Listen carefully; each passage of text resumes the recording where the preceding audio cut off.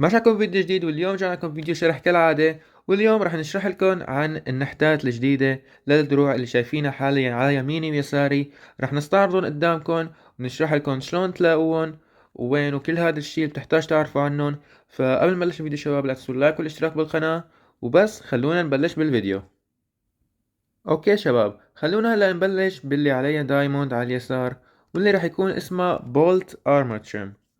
فهيدي البولت ارمor تريم رح تلاقيها بنفس المكان اللي بتلاقي الارمor تريم اللي بعدها، واللي هي فلو ارمor تريم. طبعا هن قريبين بالشكل مثل ما كنتم شايفين هون، يعني يعني الفرق كتير بسيط. اذا بتلاحظ على الشيست بليت هون تبع البولت بتشبه كتير النادرة واللي هي السايلنت. فيعني اضافة كتير حلوة، وهي افضل الالوان اللي انا لقيتها لدروع النذرايت. يعني شوي يمكن عاديين، انت بالنهاية يعني بترجع لك الشغلة ولذوقك واللي انت شو بتحبه. اما هلا خلينا نروح على اهم شيء، وانه شلون تلاقيهم لهدول الاثنين. طبعا هدول الشغلتين رح تلاقيهم بالمكان الجديد، واللي هو الترايل تشامبرز. طبعا الترايل تشامبرز بس تروح عليهم بدك تدور على خزنة، والخزنة هيدا بعد ما تقتل الموبات ويعطوك هذا المفتاح اللي بإيدي هلا، واللي هو اومنيوس ترايل كي. فيك تحطه فيها لما يكون اللون اللي تحت هون ازرق فاتح ومو اورنج. بس هلا اذا بحاول احطه ما راح يصير. فبس تلاقي فولت عليها لون ازرق فاتح او ساين من تحت، بتستعمل هذا الترايل كي، ووقتها راح يكون عندك 7.5% انه يطلع لك من الفولت الوحدة. فعلى الاغلب راح تحتاج تفتح تقريبا 5 مشان يطلع لك وحدة منهم. فالمفروض انه اذا لويت ترايل تشامبرز كاملة انه يطلع لك على القليلة وحدة منهم اذا مو الاثنين.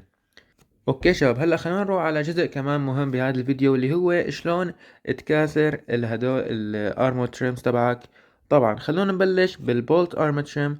واللي بدك تسويه انك تحطها هون تحوطها ب7 دايموند، وبعدين تحط لك بلوكة كوبر.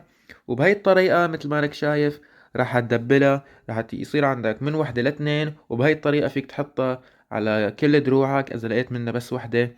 وتقريبا نفس الشي للي بعدها، واللي هي الفلو ارمor تريم بتحطها فوق بدال البولت هيدا.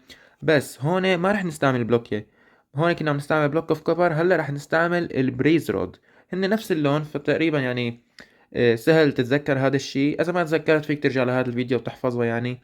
وبهي الطريقة مثل ما كنتم شايفين حولنا وحدة لاثنين، وهيك فينا نكسرهم لهدول الارمor تريمز.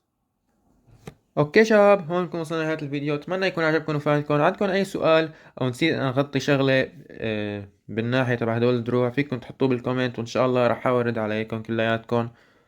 شكرا على الدعم، وبس شباب نشوفكم بالفيديو الجاي.